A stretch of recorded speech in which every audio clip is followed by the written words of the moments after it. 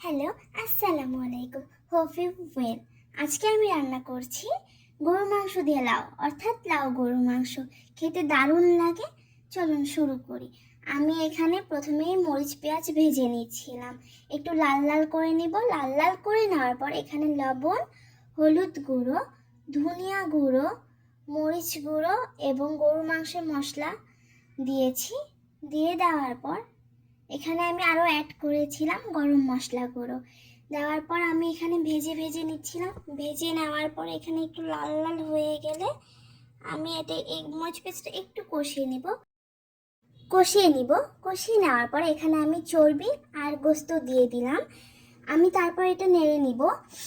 গরুর মাংস যত বেশি কষানো হয় তত বেশি খেতে দারুণ লাগে। তাই আমি এখানে 30 মিনিটের মতো মাংসটা ভালোভাবে কষিয়ে নিব। এখানে আমি ভালোভাবে নেড়ে চেড়ে নিচ্ছিলাম। নেড়ে নেওয়ার পর অলরেডি আমার 50% সেদ্ধ হয়েই গিয়েছে। আর কিছুক্ষণ পর আমি এখানে লাউ অ্যাড করব।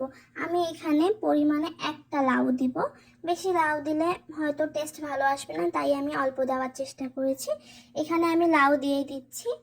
আমি লাউ দিয়ে দেওয়ার পর এখানে আমি আলতোভাবে নেড়ে নিব, কারণ লাউ সেদ্ধ হয়ে গেলে একটুতেই ভেঙে যায়। ভেঙে গেলে ভালো লাগে না, গোটা থাকলেই ভালো লাগে। তাই আমি এখানে আলতো হাতে নেড়ে নিচ্ছিলাম। অলরেডি এখানে আমার লাউ গোস্ত হয়েই গিয়েছে প্রায়। সবাই আমাকে সাপোর্ট করবেন, আমার পেজটাকে ফলো করবেন, আমার জন্য দোয়া করবেন। আল্লাহ হাফিজ সবাইকে।